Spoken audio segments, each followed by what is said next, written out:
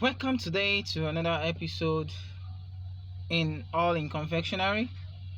I say hello to everyone out there in any location. I greet you in any weather or any time you are, and I pray the Lord Almighty will continue to bless you and enhance your endeavor. Also, I appreciate those that have been supporting in terms of share, comment, like, and showing us love. I appreciate you all, and I pray that anywhere you need help, God will always be there for you. And I will not want to wait too much of our time today. I will quickly go to what we have today in All in Confectionery. But before I proceed, I have a story to share, and still the same is a story of tortoise. It's a story of tortoise. So let me quickly share the story so that we can proceed in today's program. One day, the king crowns went missing, and the king was in a state of panic. He called upon all the animals in the forest to help him find his missing crown. Tortoise, being the wisest and most cunning animal in the forest, decided to take on the challenge. He asked the king for a day to find the crown, and the king agreed. Tortoise set out early in the morning, searching high and low for the missing crown. He asked the other animal if they had seen anything, but no one had any information. As the day wore on, Tortoise began to think. He remembered that the king's crown was made of gold and precious jewelry, and he wondered who might want to steal such a valuable items. Suddenly, an idea struck Tortoise. He remembered that the king's advisor, a sly and a cunning fox, had been acting strangely lately. Tortoise decided to investigate further. He snuck into the fox den and found the missing crown hiding away in a secret compartment. Tortoise was overjoyed and quickly returned the crown to the king.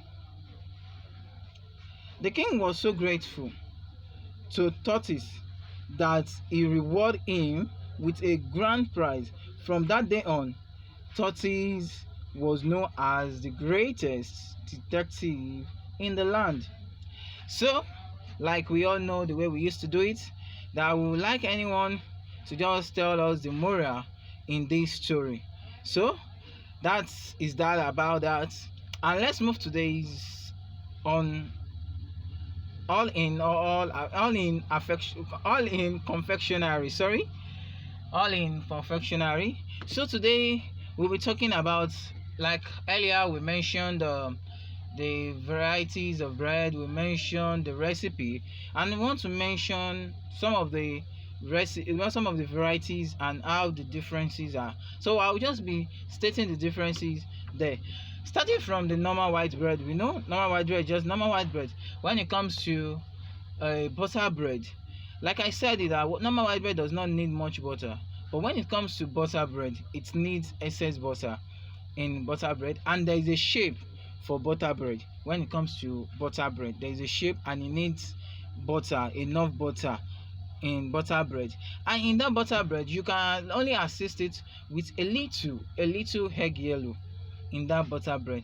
That is that about that one. Another thing that you will need in butter bread, maybe increase the sweetening, like the sugar. That is that about that butter bread. No, let's go back to croissant. When we are talking about croissant, when we talk about the croissants, you need all the recipe for white bread, including butter. That also needs butter, but you need egg yellow and egg in butter. In croissants, you need egg yellow, you need egg, you need milk. In croissant, you need milk. Don't forget, I said in croissant you need egg yellow, you need egg, and you need milk for croissants, and you need butter. And also that croissant has shape. For those who know it, knows that it has shape. The shape is in two ways. Either you give it a shape and straighten it, or you give it the shape and you curve it. So that is that about croissants. Then another thing that we'll quickly move to is chocolate bread. Yeah, I chocolate bread. Let me quickly move to chocolate bread. Chocolate bread also is a something that you need to do. No, it's just a normal process of the white bread of the white bread. But one thing about those bread that is just addition and subtraction. You remove one, you add one. In that chocolate bread now, you need brownie, you need chocolate powder. Either you call it chocolate powder, you guys call it cocoa powder. You need those two things. You need those two things. And there is a way you have to go about the sugar and the butter. About that is that about chocolate bread. There's other things secretly that when you want to put paparazzi, when you want to just to show you that this, and there's a way all those ones. If you want to know those ones, like how you can make your own chocolate to be different. And don't forget also, like I said, that all those bread have their own shape. So same thing applies to this chocolate bread I'm mentioning. It has its own shape, and if you feel like you can do it in a normal shape, it's fine. And also I'll quickly move to marble bread. Yeah, marble bread. There is marble bread, but it's just that marble bread consists of croissants, chocolate, and butter bread. And if you don't want to use butter bread, you can use white bread, like, which is their dough combination of the three.